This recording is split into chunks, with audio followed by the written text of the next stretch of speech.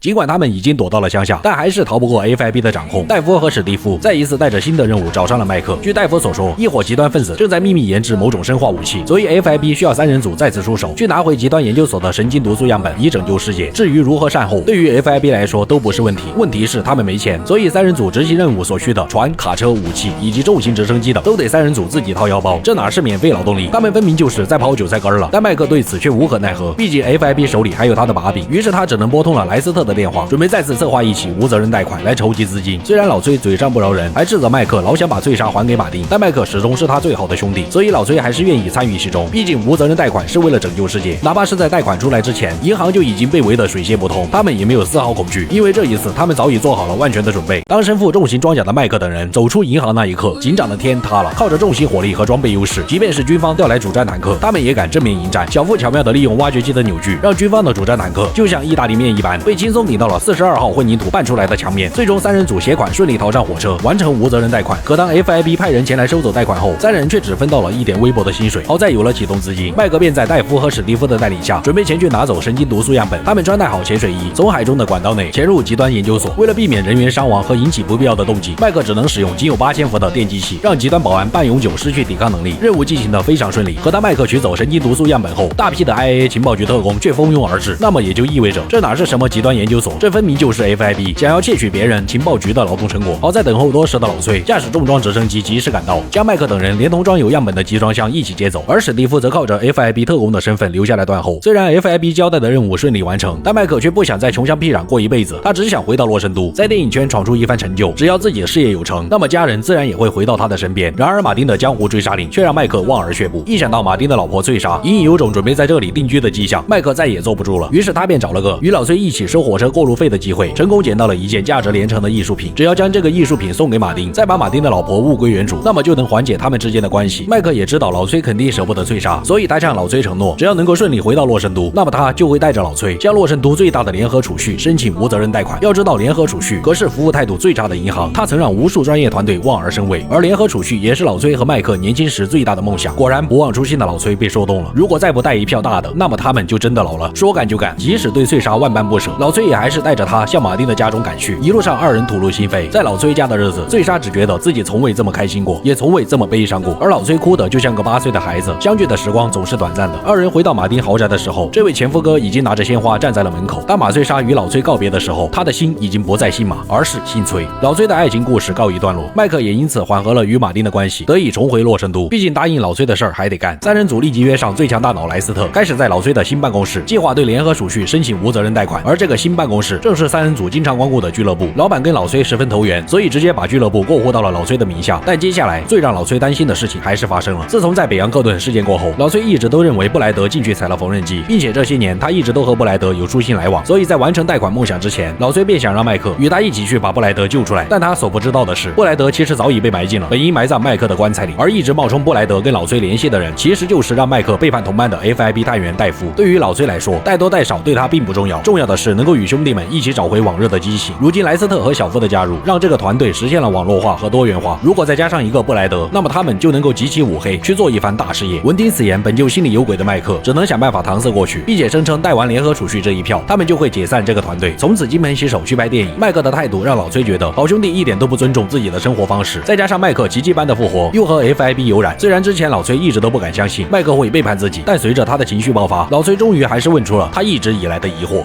Up in North Yankton, exactly who was buried in your place? I never gave it any thought.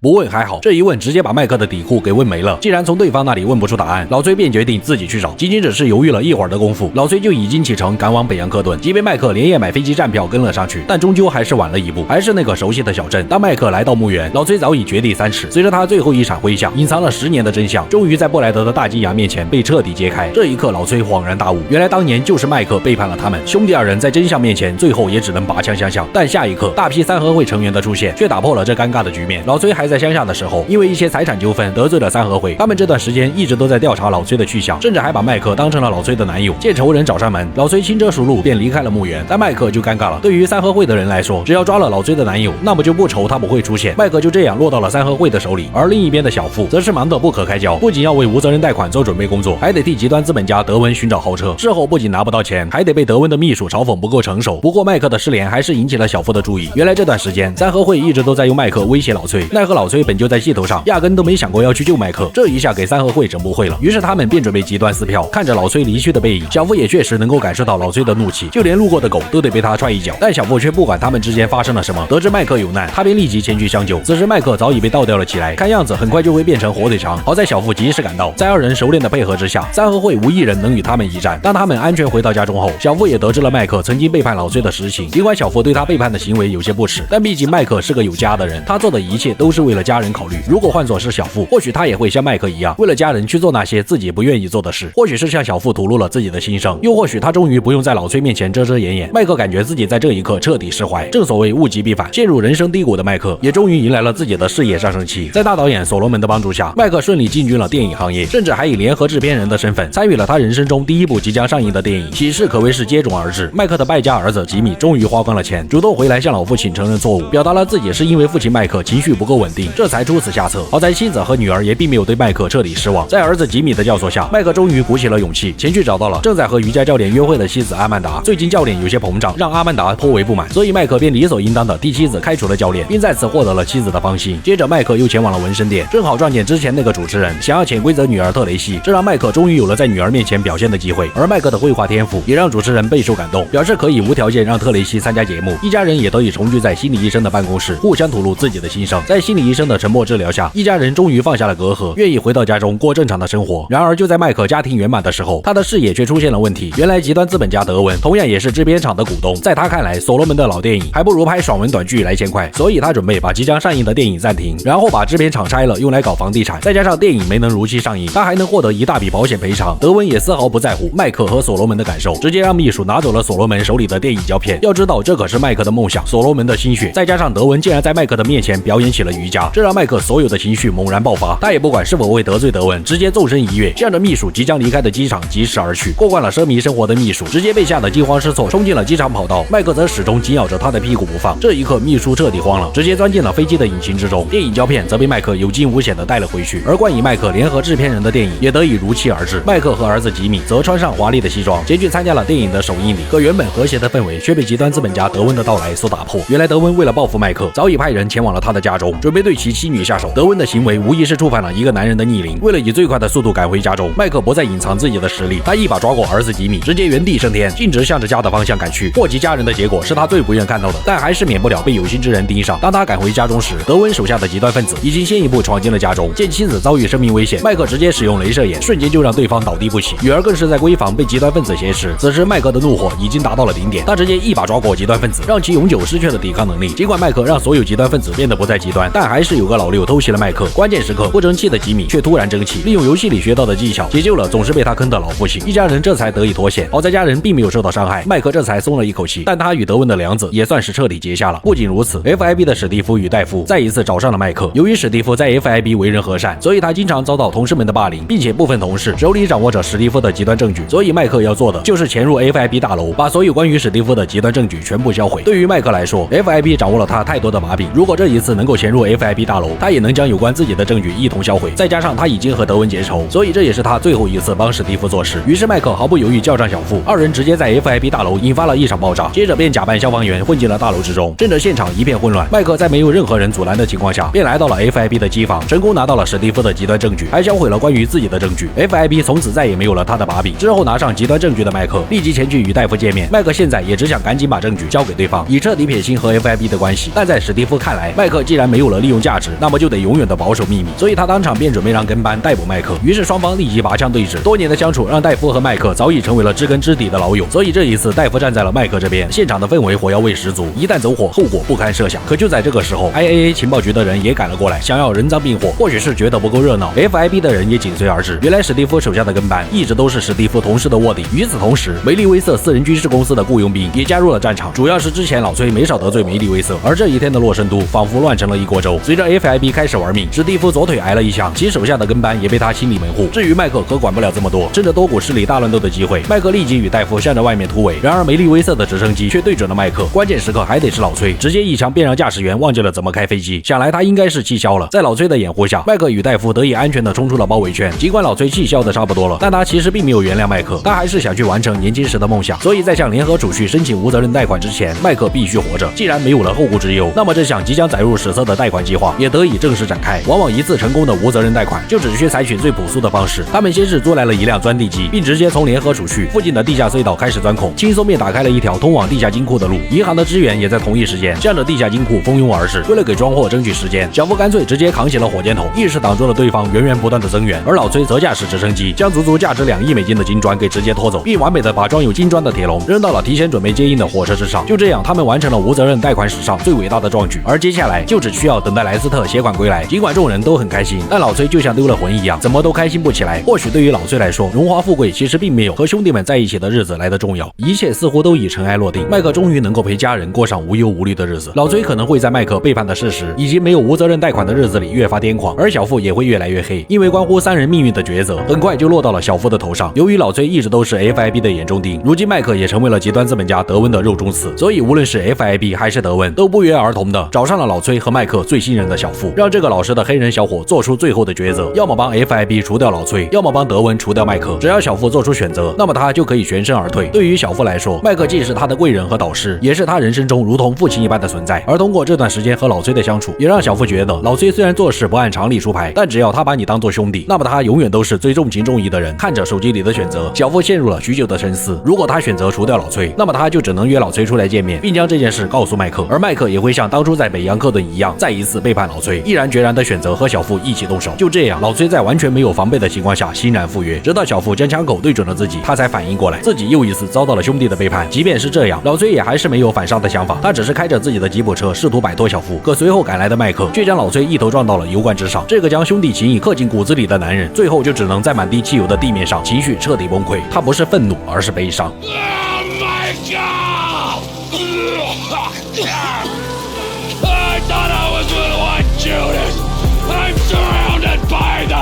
看着倒地不起的老崔，小付迟迟下不了手，最后还是麦克狠下心扣动了扳机，因为他一直都打心里害怕老崔的疯癫。随着老崔在火焰中失去了生机，麦克心里可谓是五味杂陈。他明白谁都可以除掉老崔，唯独他麦克不行，但为了家人的安危，他还是做了最不该做的事。而老崔的下场则将成为麦克和小付永远挥之不去的梦魇，二人也会因为自己的所作所为从此分道扬镳。小付最终还是活成了麦克的样子，他从一开始做自己喜欢做的事，到做别人希望他做的事，而在经历这个过程的期间，就必须做出取舍。或许这就是所谓的成长吧，他让我们看清了成长到底会有多残酷。在临别前，麦克也为小付上了人生中的最后一课。Whatever it takes, kid.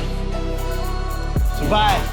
当然，小付还有其他剩下的2个选择，不过这就要等老崔篇和小付篇再进行揭晓了。毕竟这可是电子游戏的神呀！制作长视频不易，还希望大家多多点赞加关注。我是修边黄魔，咱们下期再见。